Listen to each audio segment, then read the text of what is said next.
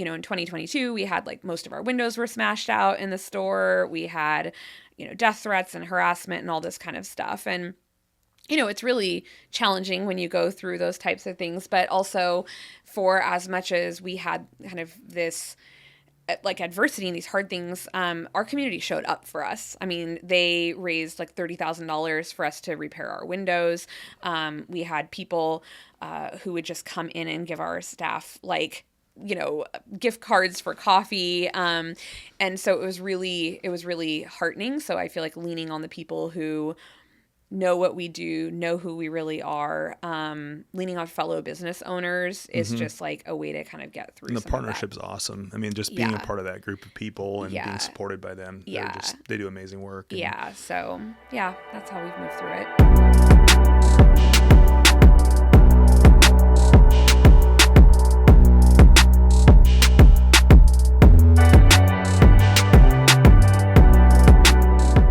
We are in the studio, the Building Bellingham studio in beautiful Cornwall Park next to the worst intersection on earth.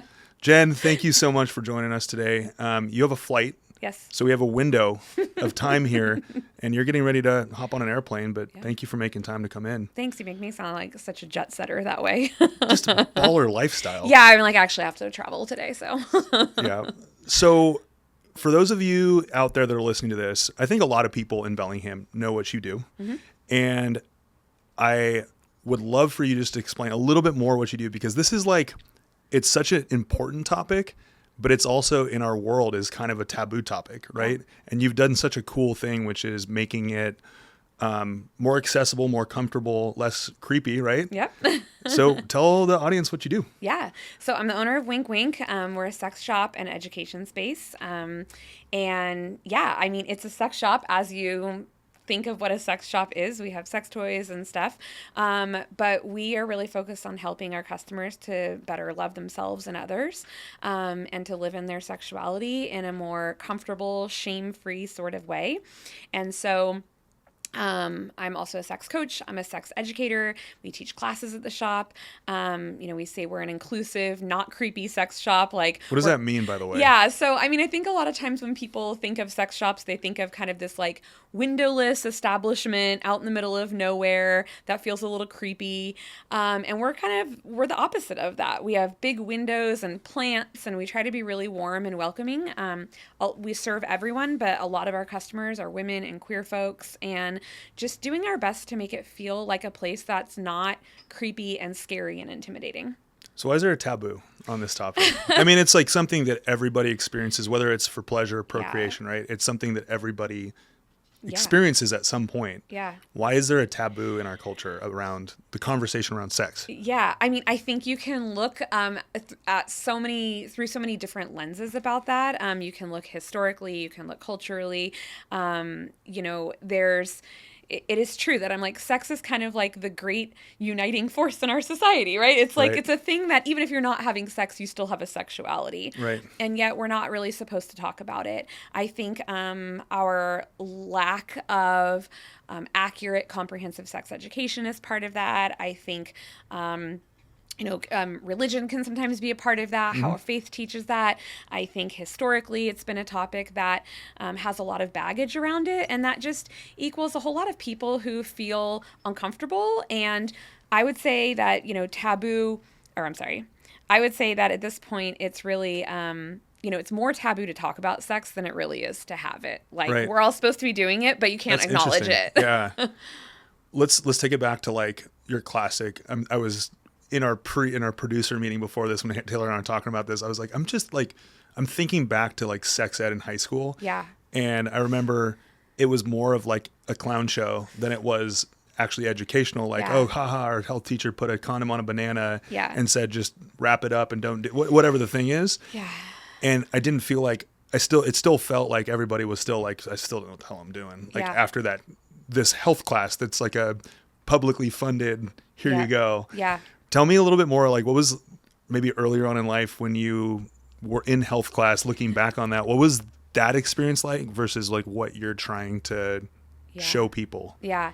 Yeah. I mean, my sex education, like so many other people, was really, really lacking. Like, I didn't have amazing sex education. In fact, I really wasn't a person who talked really openly about sex until not that long ago.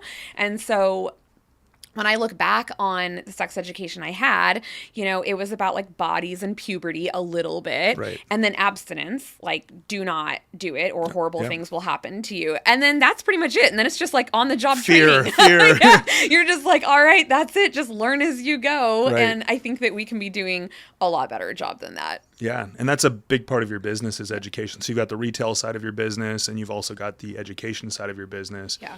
Tell me a little bit more about, because starting in 2019, right? 2018. 2018. Okay. 2018. Close. Yeah. That was close. I had to think about it. But starting with like, hey, this business has to make money, but there's also like my vision on how I want the big picture to go for this. Yeah. Tell me a little bit more about how that evolves from, because you guys were across the street in the smaller store. And then I Yeah. remember there was the big move across the street to a Yeah. huge shop. Yeah. Yeah. Yeah. I mean, sometimes I compare, this is going to sound kind of bizarre, but sometimes I compare like us selling sex toys and things for sex almost to like as though we sell like laptops or something, right? Yeah. Like hardly anybody goes into Best Buy and is like, oh, I know exactly what it is that I need. Like, you want a laptop, but Right. then you need someone there to explain it to you. You can't just have this stuff sitting out or you're going to buy the wrong thing. And that's kind of how I see sex toys. We get a lot of people who come in the shop, they know they want something fun or something to help them, but they kind of don't know where to start. So number one, I think that education is just part of great customer service, right? Agreed. It's just part of customer service also in a topic where people don't know a lot, like where they want to get a thing, but they also don't really know very much because they don't have a lot of education. And for me, also, the mission of the shop was always more than, oh, I just want to sell sex toys. It was always about how do we change culture? How do we change the conversations that are happening? And to me, like, you have to do that through education, whether it's through classes, coaching, or when we're working with customers. Yeah. So let's go back to the creepy shop. Yeah. So what is obviously you just explained a little bit about it, but what's like the difference in your experience going into the creepy shop? Yeah. And how that sells, you're buying something, but it's Yeah. also, it's kind of like the laptop, but it's also, Yeah. it's very personal. Yeah. So tell me a little bit more about like that experience versus like when someone walks in your shop. Yeah. Well, first of all, I'll say, I mean, I always like say, there's like we're the not creepy sex shop, but I will say that creepy sex shops are often creepy because they have to be because of local ordinances and laws that say you can't have windows or you can't have signs or you have to be out in an industrial area. So I will say that like there's a lot of like creepy sex shops that I've been to because I would go to sex shops whenever I go to other cities that have amazing staff that work there. That have market research. Yeah, absolutely. But you go in and you're like, oh my gosh, I'm like, where am I? And you go in and it's lovely, amazing people. So we are really lucky here in Bellingham that we are allowed through our zoning and ordinances to have a sex shop that is right in the middle of downtown Bellingham with huge windows and signs. So that aesthetically we're really different, I think, than some of the other sex shops. We don't sell anything age restricted in our shop. We don't sell any pornography. So that is a huge difference. Mm-hmm. We also really cater to people who I think have traditionally been left out of conversations about sex and sexuality. And so if you go into a lot of more traditional creepy sex shops, you'll see there's a lot of stuff that's there for men, which is great. Men need sex toys and fun stuff for sex also. But we're really, I think where we really excel is making sure that women and queer folks feel supported and comfortable in our shop. Mm-hmm. How do you do that? Yeah, I mean, number one, by making sure our staff are super educated. All of our staff have been through certification program around helping people around sex toys. We go through, all different kinds of trainings. Our staff gets tons of information about all different products and they do tons of research. We also try to do that just by how the store is laid out and how it looks. And so making sure that people kind of feel like, when they walk in, they go, oh, it's beautiful in here. Or like, oh, this is so nice. none of our staff work on commission. That's been a big thing for me since the very beginning. So they're not pushing specific products, They do and not it's just push, like yes. So they nobody gets any commissions. There's no sales incentives at all, because it really felt like I want our staff to be able to talk to customers like from the heart. And I also wanted them to be able to spend as much time with the customer as they needed. So even if that customer bought nothing or they bought something that's really cheap, that they got the same level of customer service as somebody who is coming in to spend. Yeah, makes sense. And it's easier said than done. Yeah. Because you also, there is, on the business side of things, there is a business being run, and you also need to make sure that you're paying your employees and paying them well and taking care of them and also taking care of yourself as the business owner. How do you balance that? Because that's very similar to how we run our business. Yeah. I'd much rather spend more time with less people and do a really good job. Doesn't matter what the price point of home they're looking to buy in. But tell me a little bit more. How do you balance that? Hey, we want to grow the business, or we want to scale this thing, and we want to hit these numbers and business goals at the same time. We're having high quality, really high quality customer service. Yeah. I mean, we always try to put mission first. I say we're a mission-based retailer. So retail comes second, mission comes first. And, I think the mission is really what connects with our customers. Anyone can go buy sex toys on Amazon, or you can go down to Lovers. You don't need to come in our shop to get anything that we offer. But what we can do to get people coming back is to represent a mission that connects with them and to give really amazing customer service. And so I know that when we lean on our mission and our vision, it translates into more sales. It translates into the business being successful financially. So I think of them as goals that support each other. I also, I think that I have a nonprofit background. I'm scrappy. Yeah. So, I think that is a scrappy world. Yeah. And so trying to do as much as you can with not very much is I don't know, it's something that I actually really enjoy about being a small business owner. But yeah, I mean, I really think it's about okay, what is best for the mission of the shop? And also how does everybody walk away with a paycheck at the end of the day, and trying to kind of balance those two things. Yeah. It's a tough balance. So 2018, what were you doing before?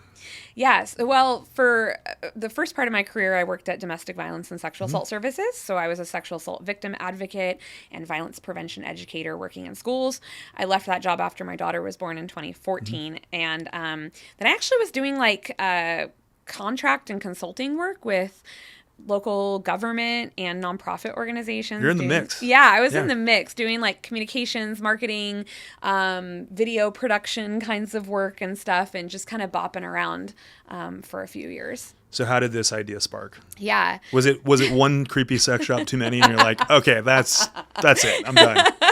We're changing this.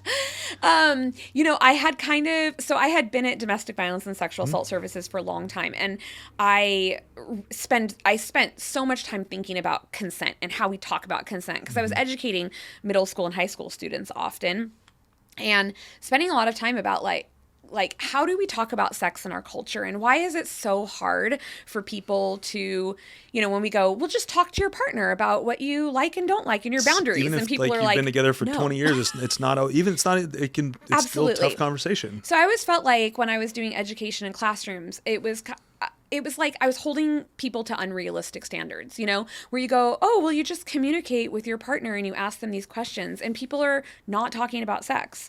And so I thought about it a lot, and I also kind of gone in this personal journey around sexuality. And honestly, I just one day it just popped in my head. We don't have a cool sex shop here. Maybe we need a cool sex shop. And maybe that's actually something that I could do. Yeah. Yeah. So you clearly don't have any sort of barrier in your head of I have this idea, I'm going to give this a try. And I think a lot of humans struggle with limiting beliefs. Yes.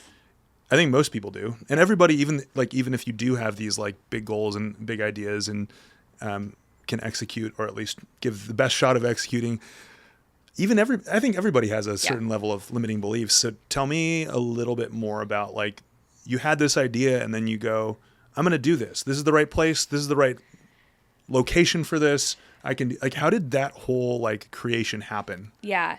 I mean, really, I felt like, okay, I'm just going to research one step at a time and see kind of how far I get with this. I mean, I really expected this to fail.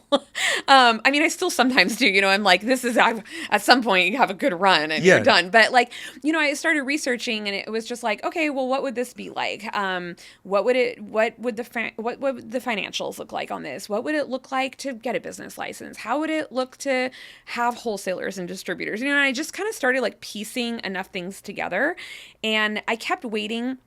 Like, my thought was, I'll just keep pushing on this until there's a good enough reason to stop. Mm-hmm. Like, I'm gonna assume that at some point I'm gonna run into like a brick wall and we'll be done with this idea. And it just kind of never happened. It's wild. It just kept going. And then honestly, on the night we opened the shop, I felt like, holy shit, I can't believe that like this is actually happening. Like, I felt like before we unlocked the door, it was like someone's going to come in and say like, no, you can't do this. Yeah. But, and I started as a pop-up shop. Like, so I got to like test the idea before I had a brick and mortar. So I just kind of like built like one piece at a time until suddenly there was a store. What was the first feedback from the community like when you did that pop-up shop? Yeah. I mean, people were really excited because I got to be, one of the things I got to do was be on the night market. Downtown used to have night market. And so, I mean, I have like forever gratitude to the Downtown Bellingham partnership, because I think there's a lot of other cities where they would have been like, no, your weird sex shop can't have a tent here. You can't sell vibrators at a booth at this like all ages thing, but they let me do it. And so people were really intrigued and they were really excited about this kind of like possibility that there maybe would be a brick and mortar. I had some people that were like, oh, I'd never go to a sex shop like this in downtown Bellingham because what if I ran into people? And, so I got that feedback sometimes of like, no, we just want to do this online. But yeah, I think largely people were kind of intrigued by the idea. Mm-hmm. Yeah. It's interesting. It's again, going back to the like taboo topic. Right. It's on everybody's mind to a certain extent. Like it could be very minimal, not that often, or it could be like all the time, right? Yeah. And if it's on your mind all the time, go to Jenn's shop. Yeah. You're our favorite customer. You're her favorite. I am really curious, and you don't have to tell us if you don't want to, but like, what's the neighborhood in Bellingham that is your biggest customer? Oh man, we actually during COVID, we tracked which neighborhoods we had most sex rates. I think it was Happy Valley. Happy Valley is very happy. Very happy. Fantastically happy. Very happy valleys. Very happy valleys. Yeah. Congratulations, Happy Valley. Good for you. Everybody else step it up. Yeah, exactly. So the pop-up happened. There weren't any barriers that were saying like, this is not going to happen, even though you're expecting it. Yeah. Then the shop opened and you're like, obviously none of us knew that COVID was going to happen. And I know we talked about this and I promised I wouldn't talk about it after Pivot, but I'm super curious, like, what was that time period like between then and COVID? What was the reception from the community? Yeah. We had a really positive reception from people. Like we were tiny. We were like a little shoebox. I remember. Of a store. Yeah. I was like, whoa. It's funny looking back at photos because I'm like, oh my gosh, we hardly sold anything. But we had amazing customers. We had amazing staff. We had people who were so excited to support us and to come in and like give us ideas and to show up to all of our events. I mean, it was really cool because it really felt like, oh, we're in a community that wants this and also wants to like help us make it better. I love that about Bellingham. Yeah. And so it was, I don't know, it was just so cool to see. And I got to meet so many amazing people during that time because I was at the shop like a lot. And so, yeah, it was just really great and heartwarming. Do you all like, okay, so comparing Bellingham to a big like metropolitan Seattle-ish area, whatever. Yeah. Do you think that Bellingham being really like small business centric is a huge part of this? Do you think this sort of like does well in a Seattle, or like what do you like? Did you ever analyze that? Yeah, I mean, most major metropolitan cities, your Seattle's, your Portland's, like they have shops like ours that exist, like Babeland in Seattle, Shebop in Portland. Like there's some amazing shops in other cities that I looked to for inspiration when I was opening. And I think they do well. I also think that Bellingham brings this like extra special element of really loving its downtown, loving local business, loving like mission-based work. And so I feel really lucky about that like I can have a business that is true to my values and true to what I want to see happen in this community, and that also connects with the people who live here. Yeah. Yeah. Okay. Shifting. And we don't need to talk about COVID that often, because we did talk about it. By the way, if you're listening to this, you can go back to Pivot and you can hear about what was happening in the moment. But everything changed with business during that time, the first time that we talked. And I know that I saw the delivery truck. I figured you had gone, online retail too. Yeah.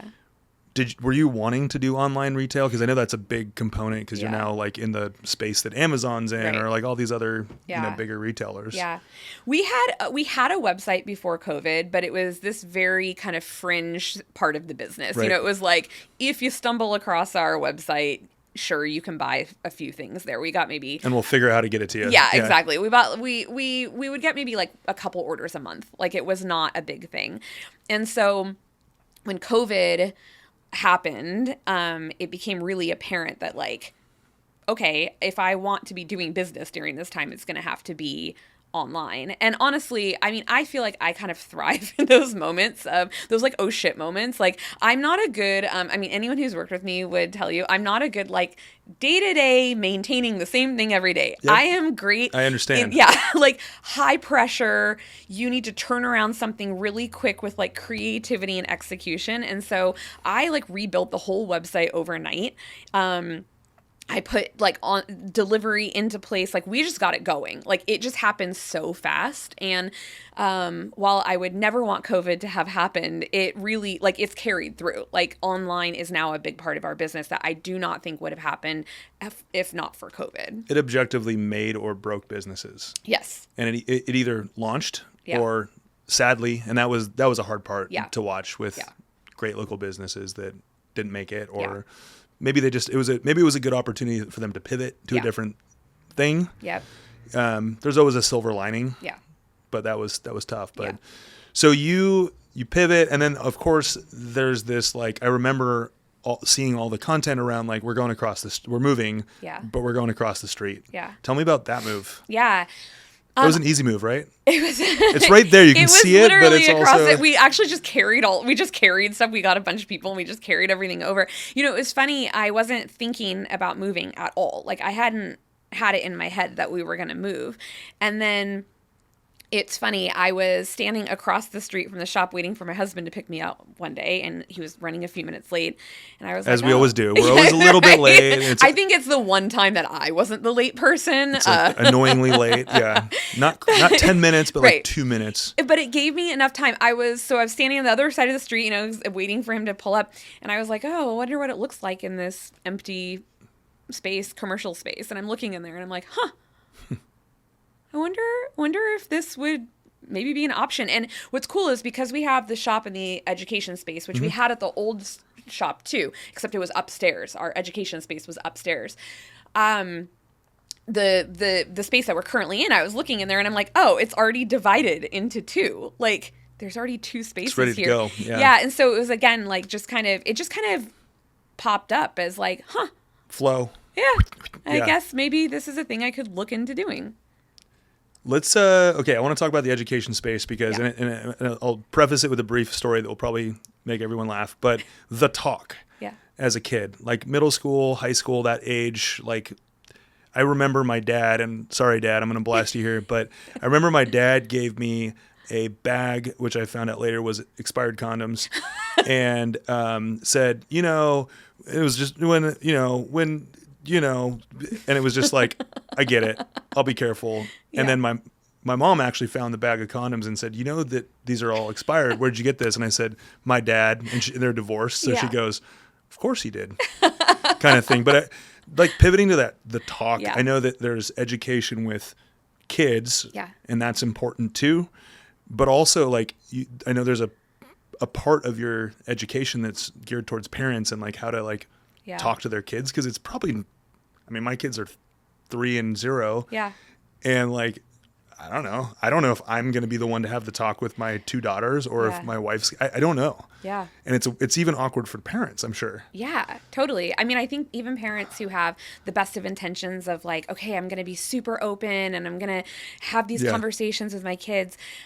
It's really hard to know what to say and what to do and when to start having those conversations. And especially because I think a lot of people didn't grow up with that. Like they don't have a model to base it on, you know? And so it's, I think conceptually it feels like the right thing to do for a lot of people, but it's like, okay, you get down to it and you have no idea really how to start those conversations or how to respond to questions. Like famously, one of my friends, she told me, she was like, oh, I always told my son, you can ask me anything. And she thought she was going to get like, you know, what's a uterus or something like that. And he came home from school and he goes, hey mom, what's a MILF? Yeah. And like those are she's like, you're looking at one. Yeah. So it's like, you know, I think sometimes for parents, it's like you think you're ready and then you get an actual question and it's just horrifying. Yeah. Yeah. Like what does that education look like to help those parents better navigate that? Yeah. So asking for a friend. Yeah. No, I'm just kidding. I mean, a lot of the work that I do with parents is actually helping to explore like some of their own barriers. Like what is the stuff, well, like we talk about like, how were you raised around this? Like what are the conversations that you had? We talk about what are some of the things you feel most uncomfortable with? Like we talk about, like for a lot of parents, it's like, okay, actually once I get into it, like this I feel pretty okay with and this I feel okay with, but like this is the spot where I don't know what to do. Right. We also talk a lot about how to actually answer questions or how to have conversations. I feel like that's where a lot of people get stuck is just like, but literally what are the words that you say? And so I go through a lot of like role play scenarios and stuff with parents where we talk about how would you actually respond in this scenario. And I think it helps to see them that I think sometimes adults complicate things too much, you know? I think that's probably accurate. Or like adults that it's like their kid asks the question and then they want to give like their thesis statement on pornography, you know? It's like they don't need all that. And so we do a lot of like, okay, let's talk about how you might actually say this. Yeah. No, it's funny because my daughter's only 3, but I'm also just like, she asks these very like philosophical big questions that I don't know. Like she'll ask questions about death and like the way the world works. And I'm just like, sometimes it's just like, I don't know, because that's the way it is. I don't know. Don't ask any more why questions, please. But I also like, you want to make them feel heard. Yes. So that's a really interesting approach, especially digging into the parents, their own barriers on, because I noticed that with my parents. Like my dad was like, you know, here you go.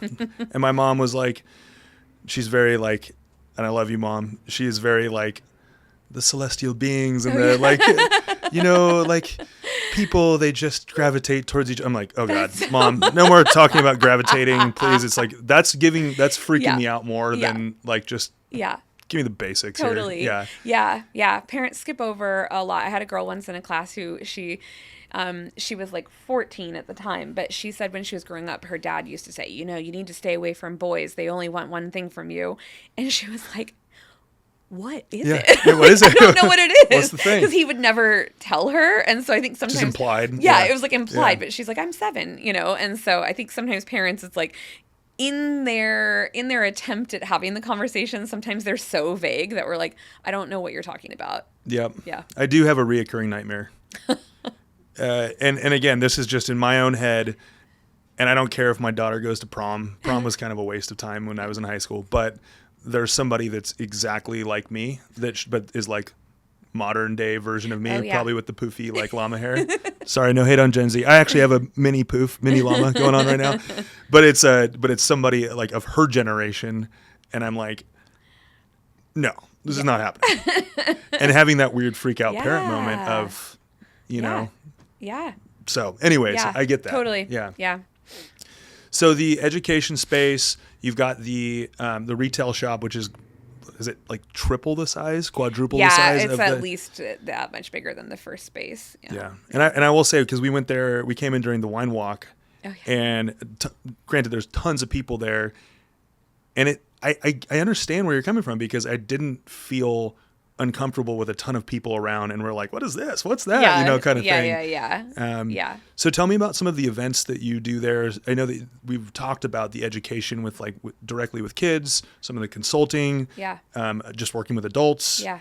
Tell me a little bit more about the education side. Yeah. Yeah. I mean, we do all kinds of classes and events. We're really lucky to have this really cool, event space, which we actually just did a big redecorating on and now has a bunch of vintage sex toys in it. So when there's not events happening, it's a little vintage sex toy museum. What is it? Cool. What is the most hilarious vintage sex toy? Oh my gosh, they're all so bananas and they weigh like a bajillion pounds. I was like, you would not be able to use this for very long. Is this for protection? Yeah, seriously. Sure. So, and they come with these like manuals with them. It's just so much. It's just so much fun. Written in like old English. Yeah. But we do all kinds of events in there. I mean, I teach a class called Sex After Bad Stuff, which is really at the intersection of the work I did prior to WinkWink and now, which like helps people to have pleasure after they've experienced something bad around sex. We're doing like a panel coming up on folks who are practicing like non-monogamy, which that's always like a really popular thing. And then we also just do lots of other fun events in the space. So we have our erotic haunted house coming up, which we did for the first time. Please explain. Yeah. Please explain what this is. So last year is so funny. It was our first year. We hadn't traditionally like been big on Halloween at the shop. And so we were like, what if we did a haunted house in our event space, but it's like, the WinkWink version of it. Sure. And thought, I don't know, maybe 50 people will show up to this. We ran it for 3 hours on Halloween and we had 560 people come through in 3 hours. Wow. Yeah. And so we're doing it again this year, 2 nights. And so it's going to be really fun. But yeah, I mean, it's a haunted house. You walk through, it's dark, it's creepy, but it definitely has kind of a erotic, sexy sex toy sort of like edge to it. And is it also like Halloween themed sex toys? Or is it just how you set up the space? No, it's the event space. Yeah, it's like dark and you walk through like a haunted house. But there's, last year we had like a dildo zombie in there. We had clowns doing unmentionable things so yeah, it's scary, but it's also like kind of erotic and fun. Yeah Sounds like a good time. Yeah.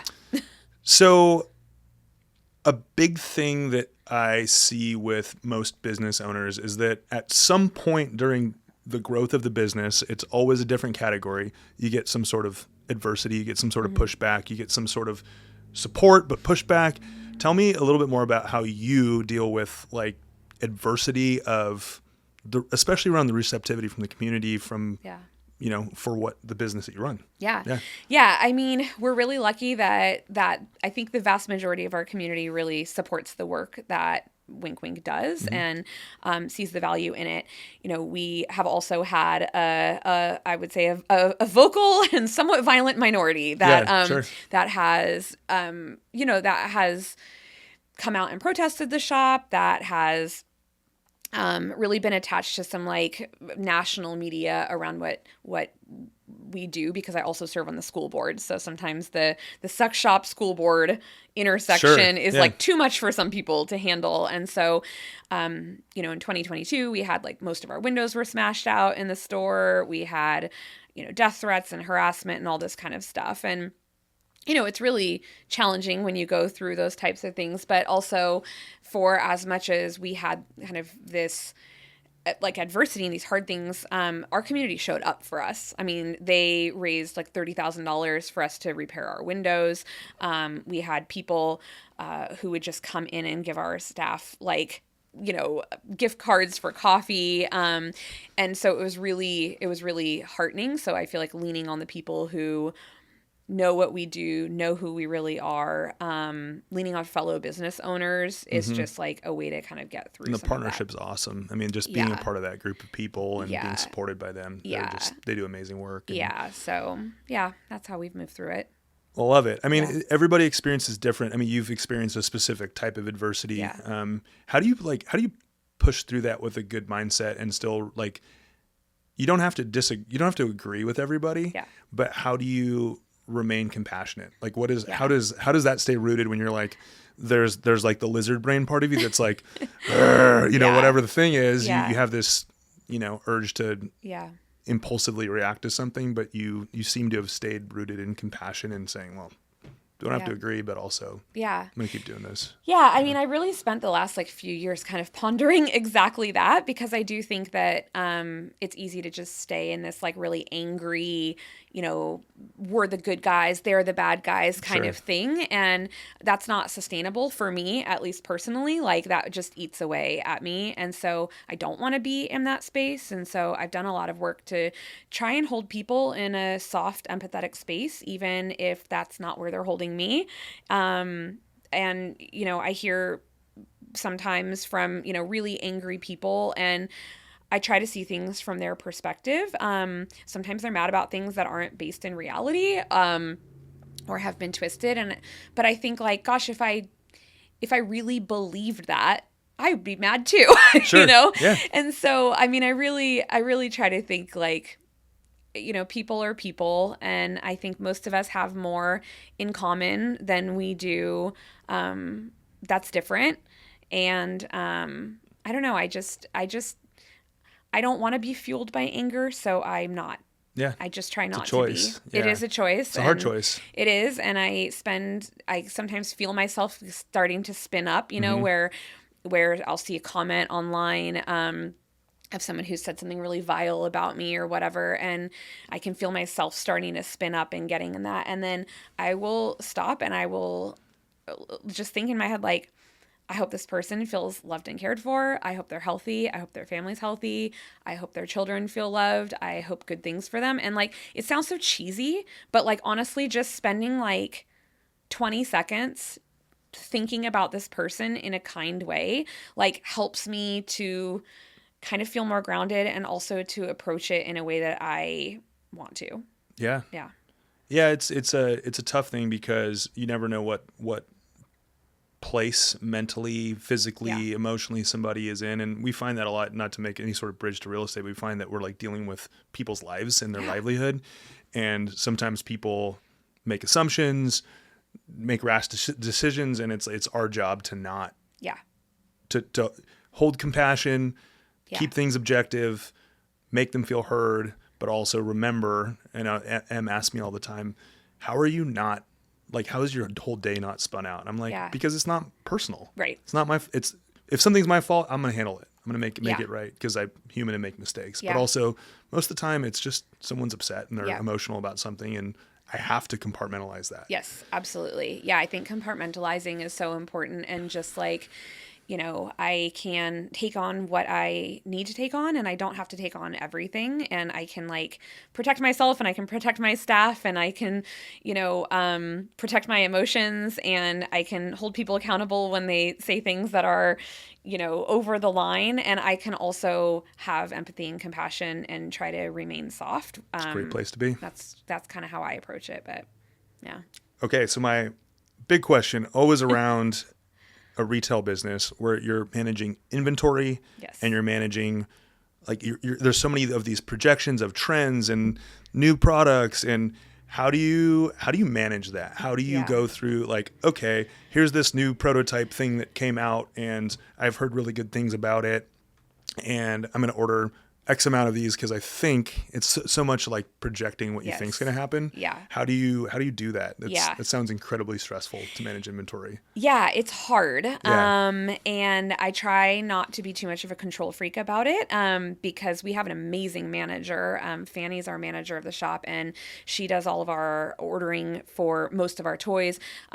Deja does most of our ordering for lingerie and our gender affirming products, and they're the real experts on how much of stuff we need, what will be popular with customers, what we are ready to phase out. I'm really, at this point, like the person behind the scenes, I feel like, with the spreadsheets and looking at like 10,000 foot, and looking at not just the inventory, but like, how does our purchasing and how does that flow of goods, like, look alongside like our overall financials and stuff. Sure. And so I feel like my job at this point is to really kind of be like the spreadsheets data person, but I have amazing staff that look at the inventory. And then when we're preparing for, say, like the holiday season coming up, Valentine's Day, Our staff actually comes together and they pick what we bring into the shop.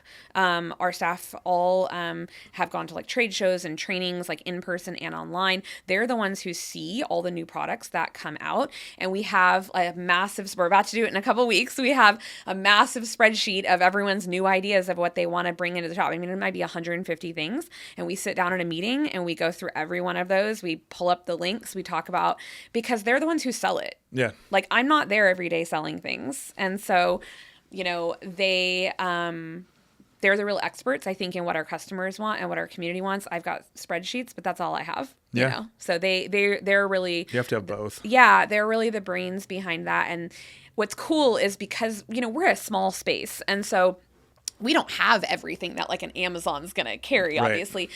But they know so much that a customer can come in the shop and go, you know, hey, I was looking for this or a product like this. And they go, hey, we don't carry that, but we can special order that for you. Like, so there's some flexibility around that. Yeah, absolutely. So that's how we manage it. So what if, like, I know there's probably been some like very safer products to go for. Cause it's like, okay, the data shows that this is like going to be probably a hit. Yeah. But then tell me about the riskier ones that have panned out and been really surprising. And then the ones that have been flaccid. I don't know. Yeah. Better. Oh, that's so perfect. See, I'm trying. I'm just trying to get my reps in there. Yeah.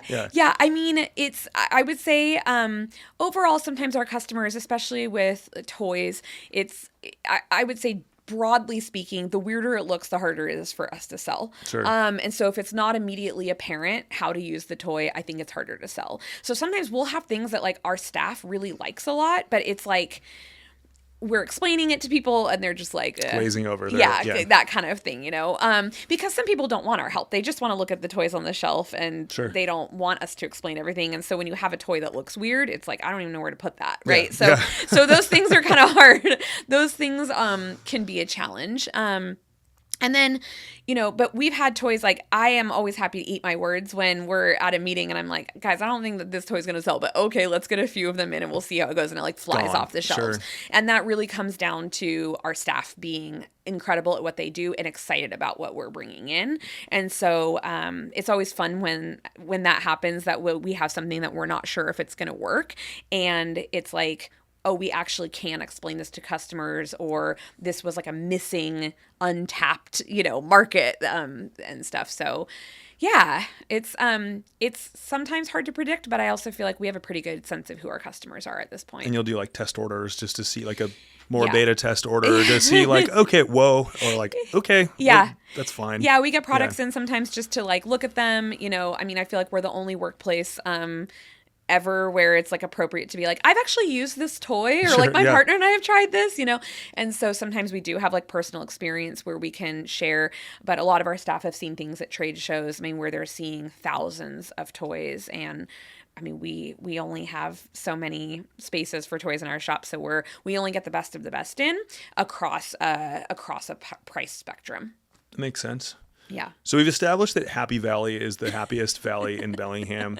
But I am also curious, what is like the season of the year where your sales, is it like around the holidays, around like when people are off work? I mean, what is the vibe? Yeah. So, like holiday shopping season, you know, Black Friday to Christmas, we were slammed. But then for us, it's basically a second Christmas is Valentine's Day. Huh. Valentine's Day but also I'm like, do I need to explain to you what you should be? No. I have my own opinion on Valentine's Day. Well, we love it at WinkWink because we are very busy for Valentine's Day.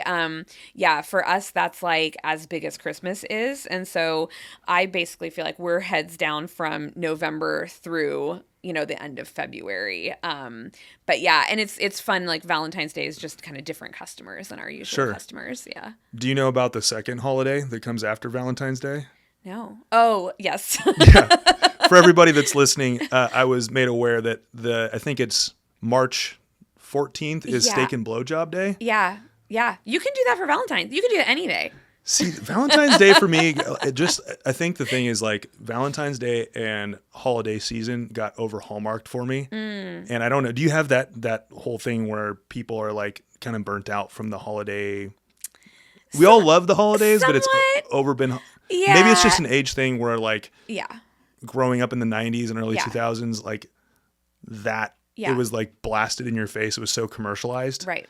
I mean, here's the thing. This would be my advice. Yeah. Not that you asked for it. You do Christmas as Can I have your advice? Christmas is like your family holiday, right? Sure. If you have kids and stuff, you're like, this is a family holiday. I might get something nice for my partner, but like this is family.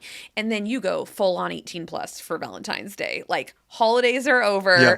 This is where formalities are done. This is where you get the dirty, So, I mean, Valentine's Day, like even people coming in to shop for things, it's like holiday season, often they're looking for like, I want to book for my friend or like, here's a gift card. And then Valentine's Day, people are like, we're trying to have sex tonight. What should I buy? Yeah, just tonight. Yeah, never again. It's a lot of pressure, yeah. honestly. Valentine's Day, a lot of pressure because I feel like people are like, I'm buying this for my partner. We're going to use perfect. it tonight. And I'm like, oh my Humans God. are perfect. We have to be perfect. Yeah.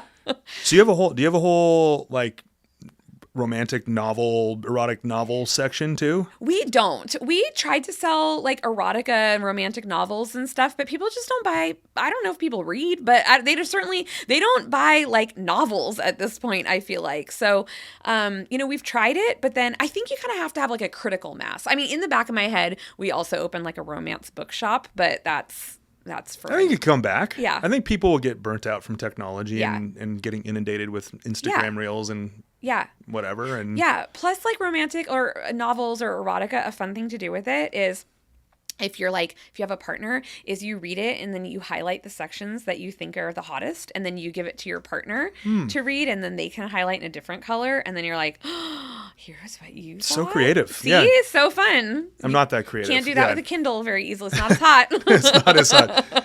Yeah. AI robot voice. Read this out. Yeah. So what do you love most about Bellingham? Oh. You've talked a little bit about it, but I'm Yeah. like, everybody has a similar but slightly different version of why they love Bellingham. Yeah. I mean, I don't think you can live in a place, that's just more beautiful than Bellingham is. It is stunning here, and we're so lucky to have so much just like right at our fingertips, But I think that we have a really special community of people that are here that are this amazing mix of we have a lot of really smart folks and a lot of creative people and a lot of driven people. But I would also say that it's still, I don't know, it's like still, it's like just fast enough, but we've still got like a really slow grounded thing going on here, which I love. It's like we have cool restaurants and we have cool stores and we have people who are like doing new innovative things, but it's like we're still real people here, which I really like, and people don't put on very much. I don't know. It's you can still kind of be yourself here, no matter what you're doing, which I love. Yeah, it's like I want to go out, have a good time, look good, feel good, and all these things, but I also am just going to be myself. Yeah, it's pretty cool. I feel like there's very few places that would have a sex shop owner that has also been elected to the school board multiple times, and that's a thing that I can do here in Bellingham that I think I don't know that I would be able to do anywhere else. So tell me a little bit more about that. Yeah. That experience, because I mean, I can kind of understand both sides. Like, why is it a big deal? But also, coming from the place of compassion and understanding other people. Yeah. What's that experience been like? Yeah. I mean, I was voted onto the school board in 2017 before I had a sex shop. So it wasn't a factor, at that time. And then when I was up for re-election in 2021, it was, public. Like, I am the owner of a sex shop and I won, I had an opponent and I was up for re-election. I'm up for re-election right now. And, to me, they're not conflicting things, right? Like, they're totally separate things in my life. Like, lots of people have jobs and also serve on boards or whatever, it's like they're totally separate roles. But I understand that the headline of it or whatever, for some people, they just think like a sex shop owner is supposed to be like this kind of person. Right. And that is like very different than who they think of as like being involved in our schools. But I think I'm a lot more normal than people anticipate. Like, maybe, I don't know, maybe people don't agree with that, but it's like, I don't know that I like fit the mold for what people stereotype of like what a sex shop owner is. Right. And so Creepy. yeah, creepy, Yeah. right? Yeah, so I'm I don't very know. not creepy. But yeah, so I mean I understand how it makes for kind of a salacious soundbite. Yeah. I get that. And also I think that like once people understand kind of how I approach the shop and the mission of what I do, I think it makes sense. But it takes some like Yeah. talking. I get that the knee-jerk reaction is to go like, Huh? what the heck? Yeah. Yeah. I totally get that. And so, but yeah, I'm lucky. I'm really lucky to get to do that here. Yeah. Yeah. What are for a younger or new entrepreneur, for an entrepreneur, what is your biggest piece of advice? Like you kind of explained it, alluded to it at the beginning with like, just keep pushing until Yeah. you get a no, kind of a hard no. Yeah. What are some of your biggest piece of advice? Get used to feeling like an idiot and do the thing anyway. Like, I can't tell you how much of starting a business to me was like, I had to Google how much things should cost. Like, how do you make prices? Yeah. You know, like, how do you decide what the price is of something? I didn't know that. And so I think you just have to really like have a resilience to not knowing what you're doing and not let that stop you. And so that's the biggest one for me, because I see a lot of people who have great ideas and then they get into this kind of moment where they're like, well, I don't know how to do this thing. And it's like, all right, we'll figure it out. I mean, there's people who are going to help you. I don't know, research it, do it anyway, you know? And so I think you just have to have a lot of resilience to not knowing what you're doing, to rejection and failure. Like literally just before this, I found out that like I had applied to speak at a conference and I didn't get accepted into it. And it's like, okay, well, Next thing. we'll move on, you Yeah. know, like, all right, wonder what that was about. Like, I wonder, you know, and you look back and you go like, okay, what can I learn from that? And then, yeah, you go to the next one. Like, I'm not for everyone. What I do is not for everybody. So I think that's a really big one. I think like leaning on other people who have expertise and asking a lot of questions and networking with people is so helpful. I think when you're an entrepreneur, at least for me, I felt like I have to prove myself and and it's like, no, you don't. You can ask questions. You can figure out how other people are doing things. And I think that's helpful, and know how to like sort out advice you should keep and advice you should let go. How do you do that? I don't know. Because there's a lot of there's like, it's almost like the advice that you need the most of is the warranted advice, and the unwarranted advice, if that's the right word, is the advice that like everyone's offering it and you're like, wait, no, go away. I think sometimes, if I have like advice that has come to me or feedback that's come to me that hits a nerve, or I feel like, oh, that would be a big change. I let it sit for a little bit. I kind of like let it marinate. If I hear the same thing a bunch of times, or it feels like, I don't have to act with every piece of advice or feedback that's given to me, but I think it's like, you're kind of like gathering information from all these spaces and then sort of feeling like, well, how does that resonate with my knowledge and my expertise? But, I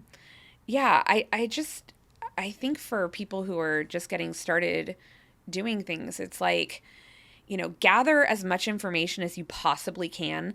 And I would also say, like, I consider myself like a generalist. Like, I'm not good at anything. I'm not like excellent at any one thing. I'm like a generalist. I'm a jack of all trades. And I used to feel really self-conscious about that. Like, my husband works in tech. Yeah. He's amazing at tech. Like, that's what he's good at. There's like graphic designers, and there's, people who like do marketing, and there's people who do this. And I was like, I don't do anything at like a 10 out of 10 level. And then I realized that like for being an entrepreneur, that's a huge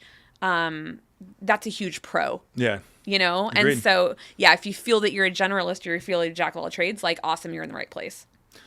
That resonates a lot with me too, because I've realized that there's a lot of things I'm not good at, and the knee-jerk reaction to those things that I know I'm not good at is just like making fun of myself, not knowing what I'm doing. Yep. And then going, hey, you should talk to, anything with like, people are like, oh, we love your social media, you're killing it. I'm like, okay, let's just take a moment here, because you need to pass that praise along to Taylor, because Taylor knows what she's doing, and Tiffany and Cooper know what they're doing.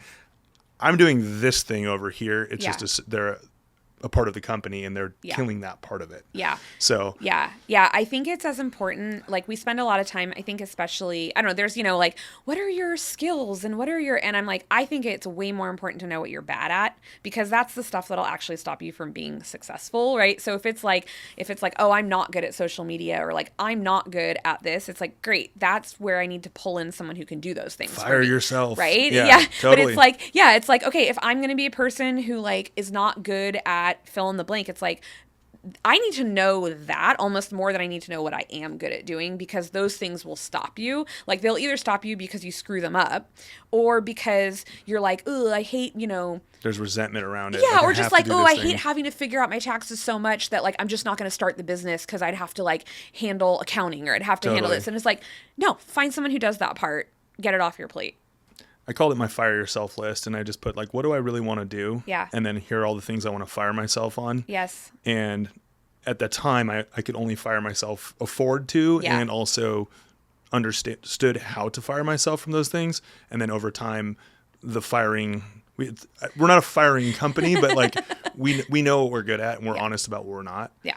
And anyways, so that resonates a lot. Yeah. Having like an honest internal Yeah. conversation. You're like, this is what I suck at. Yeah. And I should not be in charge of this. Like, there's just things sometimes when I'm in my shop, like talking to my manager or staff, that I'm like, I don't put me in charge of that. I will screw it up, you know? Like, I'm not the right person for everything. Well, and like with entrepreneurs, I going back to what you were saying about having to be the person that like feeling a lot of it is on your back. Yeah. But then those people hold on to that feeling too long, because at the beginning you have to do like almost everything until you can Yes. get help. Yes.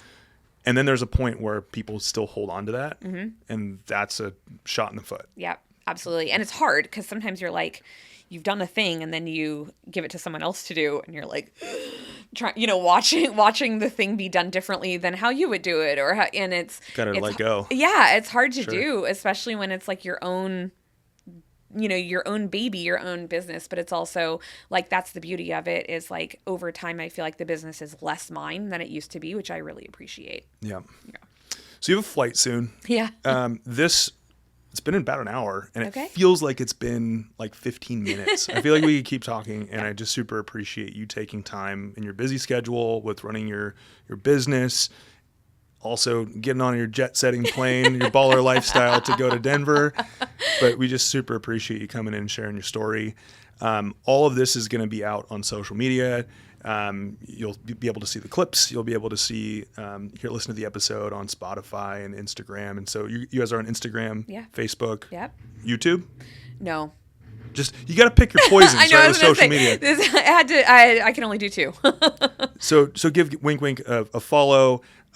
You'll see Jenn just out there in the community, involved in the community. But thanks for what you do, and appreciate you sharing your story. Thank you so much.